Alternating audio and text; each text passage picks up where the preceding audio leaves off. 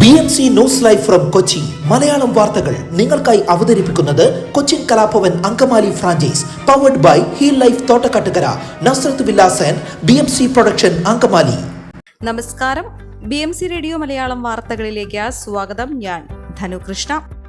സ്ത്രീയുടെ ശരീരഘടനയെക്കുറിച്ച് അശ്ലീല ചുവയുള്ള പരാമർശം നടത്തുന്നത് ലൈംഗിക അതിക്രമത്തിന്റെ പരിധിയിൽ വരുമെന്ന് ഹൈക്കോടതി. ലൈംഗിക അതിക്രമ കേസ് റദ്ദാക്കാൻ KCB മുൻ ജീവനക്കാരൻ പുത്തൻവേലിക്കര സ്വദേശി R. രാമചന്ദ്രൻ നായർ നൽകിയ ഹർജി തള്ളിക്കൊണ്ടാണ് ജസ്റ്റിസ് A. ബദ്രുദ്ദീൻ ഇക്കാര്യം വ്യക്തമാക്കിയത്.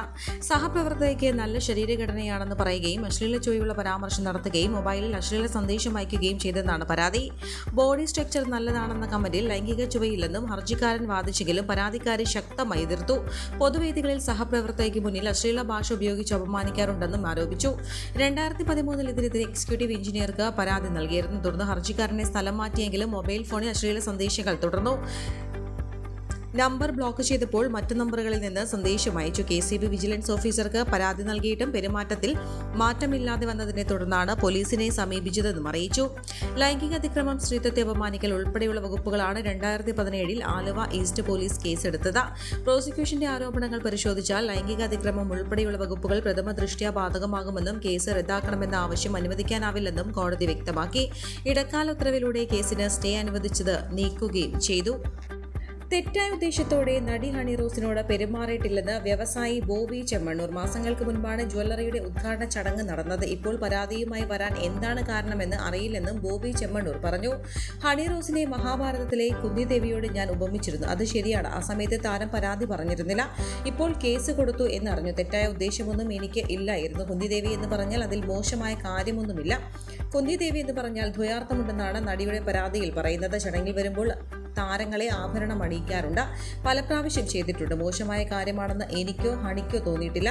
പിന്നെ എന്തുകൊണ്ടാണ് പെട്ടെന്ന് പരാതി കൊടുക്കാൻ കാരണമെന്നറിയില്ല. തെറ്റിദ്ധരിച്ചായിരിക്കും പരാതി. തെറ്റായ വാക്ക് ഉപയോഗിച്ചിട്ടില്ല. ഹണി റോസിന്റെ മാനേജർ എന്റെ മാനേജറോട് സംസാരിച്ചിരുന്നു. ഇഷ്ടമല്ലെങ്കിൽ അത്തരം വാക്കുകൾ ഉപയോഗിക്കില്ലെന്ന് ഞാൻ പറഞ്ഞ കാര്യങ്ങൾ താരം തമാശയായി എടുക്കുമെന്നാണ് കരുതിയത്. എന്റെ വാക്കുകളെ പലരും സമൂഹ മാധ്യമത്തിൽ മറ്റൊരു രീതിയിൽ പ്രയോഗിച്ചതാകാം പരാതിക്ക് ഇടയാക്കിയത്. ഞാൻ പറയാത്ത വാക്കും സമൂഹ മാധ്യമത്തിൽ ചിലർ ഉപയോഗിച്ചു. അത് അവർക്ക് ബുദ്ധിമുട്ട് ഉണ്ടാക്കിയിരിക്കാമെന്നും ബോബി ചെമ്മണ്ണൂർ പറഞ്ഞു. കേരളത്തിലെ നിയമനിർമ്മാണ സഭകളുടെ ചരിത്രത്തിൽ 1/4 നൂറ്റാണ്ട് കാലം നിലനിന്ന കൊച്ചി ലെജിസ്ലേറ്റീവ് കൗൺസിലിലേക്ക് നടന്ന ആദ്യ തെരഞ്ഞെടുപ്പിന് ജനുവരി 7-ന് 100 വയസ്സ്. 1925 ജനുവരി 7-നായിരുന്നു പ്രഥമ തെരഞ്ഞെടുപ്പ്. ഏപ്രിൽ 3-ന് കൗൺസിലിന്റെ ഉദ്ഘാടനം നടന്നു. കൊച്ചി, കണയന്നൂർ, കൊടുങ്ങല്ലൂർ, മുകുന്ദപുരം, തൃശൂർ, തലപ്പള്ളി, ചിറ്റൂർ എന്നിവയാണ് കൊച്ചിയിലുണ്ടായിരുന്ന താലൂക്കുകൾ. ഇന്നത്തെ എറണാകുളം, തൃശൂർ, പാലക്കാട് ജില്ലകളുടെ ഭാഗങ്ങൾ ചേർന്നതായിരുന്നു കൊച്ചിയുടെ സംസ്ഥാനം. കൊച്ചി മഹാരാജാവ് 1923 ഓഗസ്റ്റ് 9-ന് പാസാക്കിയ കൊച്ചിൻ ലെജിസ്ലേറ്റീവ് കൗൺസിൽ ആക്ട് അനുസരിച്ചാണ് കൊച്ചിയിൽ നിയമനിർമ്മാണ സമിതി രൂപീകരിച്ചത്. ആദ്യത്തെ 3 കൗൺസിലുകളിൽ 45, 4ാമത്തെ കൗൺസിലിൽ 54, അവസാനത്തെ 2 കൗൺസിലുകളിൽ 58 എന്നിങ്ങനെ അംഗങ്ങൾ ഉണ്ടായിരുന്നു. 3-ൽ കുറയാതെ അംഗങ്ങൾ നാമനിർദ്ദേശം ചെയ്യപ്പെട്ടവരായിരുന്നു. 1928 May 23, 1931 May 20, 1935 May 20, 1938 June 6, 1945 May 28 എന്നീ തീയതികളിലായിരുന്നു തുടർന്നുള്ള തെരഞ്ഞെടുപ്പുകൾ. വോട്ടവകാശവും അംഗത്വവും നിശ്ചിത യോഗ്യതയും ഉള്ളവർക്ക് മാത്രമായിരുന്നു കൊച്ചി ലെജിസ്ലേറ്റീവ് കൗൺസിലിൽ പ്രാരംഭകാലം മുതലേ വനിതാ അംഗങ്ങൾ ഉണ്ടായിരുന്നു. കേരളത്തിൽ ആദ്യമായി നാമനിർദ്ദേശം ചെയ്യപ്പെട്ട ഉദ്യോഗസ്ഥരല്ലാത്ത വനിതയാണ് തോട്ടയ്ക്കാട്ട് മാധവിയമ്മ.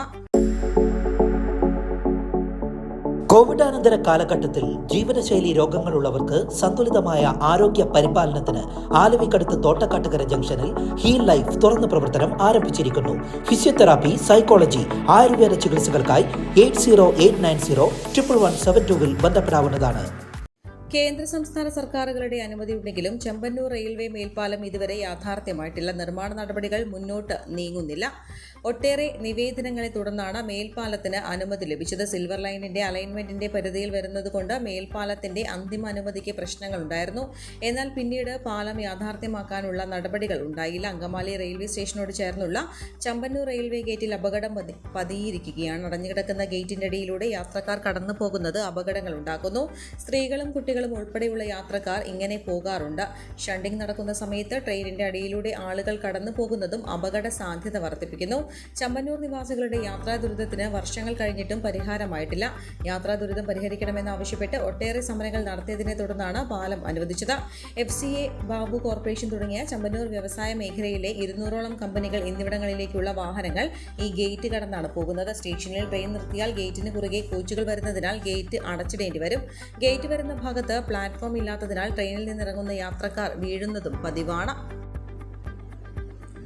കൊച്ചി ധനുഷ്കോടി ദേശീയപാത വികസന പ്രവർത്തനങ്ങളുമായി ബന്ധപ്പെട്ട നേര്യമംഗലം വില്ലാഞ്ചിറയിൽ നാട്ടുകാരുടെ സഞ്ചാര സ്വാതന്ത്ര്യം നിഷേധിക്കുന്നതിൽ പ്രതിഷേധം. 75 വർഷത്തിലധികമായി 25ഓളം കുടുംബങ്ങളുടെ വീടുകളിലേക്ക് പ്രവേശിക്കുന്ന വഴികൾ തടസ്സപ്പെടുത്തി ദേശീയപാതയുടെ അരികു കെട്ടി നിർമ്മാണം നടത്തുകയാണെന്നാണ് നാട്ടുകാരുടെ പരാതി. നേരത്തെ ജനപ്രതിനിധികളുമായുള്ള ചർച്ചയിൽ ഇവർക്കെല്ലാം റാമ്പ് കെട്ടി വഴി നൽകാമെന്ന് അധികൃതർ ഉറപ്പു നൽകിയെങ്കിലും ഇതെല്ലാം ലംഘിക്കപ്പെട്ടു. പൊളിച്ചിട്ട വഴിയിലൂടെ കഴിഞ്ഞ ദിവസം വീട്ടിലേക്കിറങ്ങിയ വീട്ടമ്മ വീണ് കൈയൊടിഞ്ഞ് ചികിത്സയിലാണ്. പൈപ്പ് ലൈനുകൾ നശിപ്പിച്ചതിനാൽ ഇവർക്കെല്ലാം ശുദ്ധജലം മുട്ടി നാട്ടുകാരുടെ വഴിയും ശുദ്ധജലവും മുട്ടിച്ചുള്ള റോഡ് നിർമ്മാണം കടുത്ത മനുഷ്യാവകാശ ലംഘനമാണെന്ന് പഞ്ചായത്ത് അംഗം സൈജന്റ് ചാക്കോ പറഞ്ഞു. ജെയിൻ പൈനാപ്പിളിയിൽ, രാധ ഇടപ്പേതിൽ, നാരായണൻ തെക്കൻ നോട്ടുകുടിയിൽ, കൃഷ്ണൻകുട്ടി തടത്തിക്കുന്നേൽ, ജോൺസൺ കോക്കണ്ടത്തിൽ, ജോയ് പൗലോസ് തുടങ്ങിയവർ പങ്കെടുത്തു. ഈ വാർത്തയോടുകൂടെ BMC റേഡിയോ മലയാളം വാർത്തകൾ സമാപിക്കുന്നു. നന്ദി, നമസ്കാരം.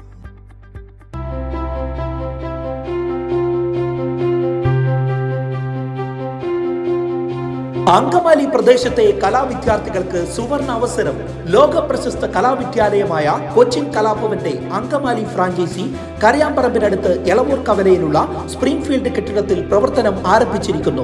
Classical dance, cinematic dance, Carnatic music, Zumba dance എന്നീ വിഷയങ്ങളിൽ പ്രഗത്ഭരായ അധ്യാപകർ ക്ലാസുകൾ നയിക്കുന്നു. കൂടുതൽ വിവരങ്ങൾക്ക് ബന്ധപ്പെടുക 9995208614.